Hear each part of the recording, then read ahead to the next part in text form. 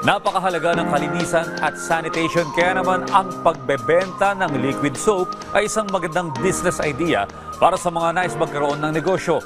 Ang liquid soap ay hindi lamang praktikal at madaling gamitin kundi maaari ding maging isang source ng income.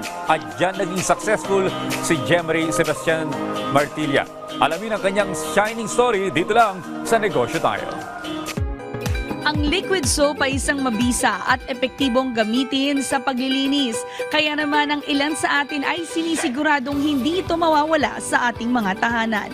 Dahil dyan ay isang liquid soap business ang itatampok namin ngayon upang alamin ang kanilang sikreto sa successful na negosyo.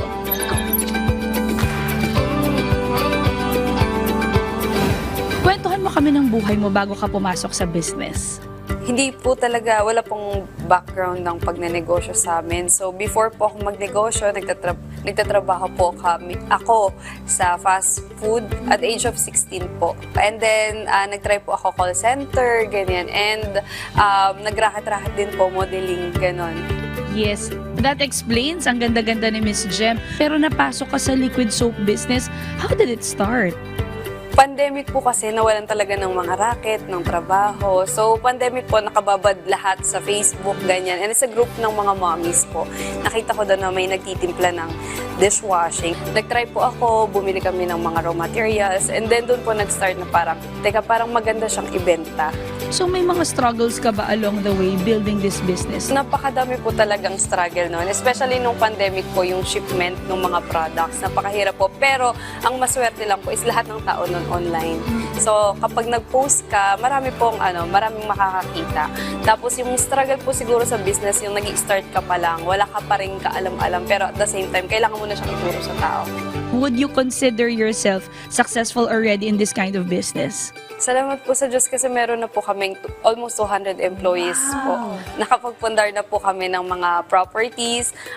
Financial, pagdating sa financial, yes, masasabi ko po na successful. Spiritual, successful po kasi nagtiwala po kami sa Diyos sa plano niya. From 3, ngayon 200 na and nakapundar na ng mga properties naging successful dahil lang sa pagnenegosyo.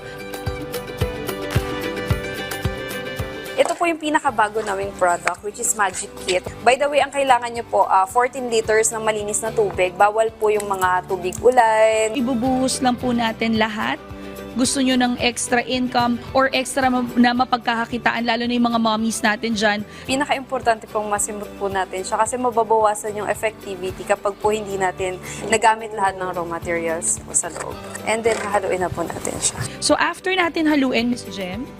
So, kailangan nyo lang po itong ipahinga ng 1 to 3 hours po para lang po mawala yung mga bubbles. And then, pwede na po natin siyang isalin sa mga bote po. And then, pwede nyo nang lagyan ng sticker nyo, sarili nyong brand. Ano bang yung mga lessons na masashare mo sa kanila na natutunan mo building this business? Yung pinakauna ko pong natutunan talaga, yung magtiwala po sa Diyos. Kasi kung hindi po ako nagtiwala sa plano niya, siguro po wala ito. At the same time po siguro yung partnership niyo po ng mag-asawa. Kasi kung hindi din po dahil sa asawa ko, siya po kasi yung nagpupush sa akin na hindi, sige, itry mo yan, subukan mo yan. Yung mga taong nakapaligid sa'yo, sila yung malaki yung impact pagdating sa pagnenegosyo. There is no such thing as overnight success or easy money. Kapag ikaw ay nadapa, huwag pang hinaan ng loob. Bumangon ka at sumubok lang ulit.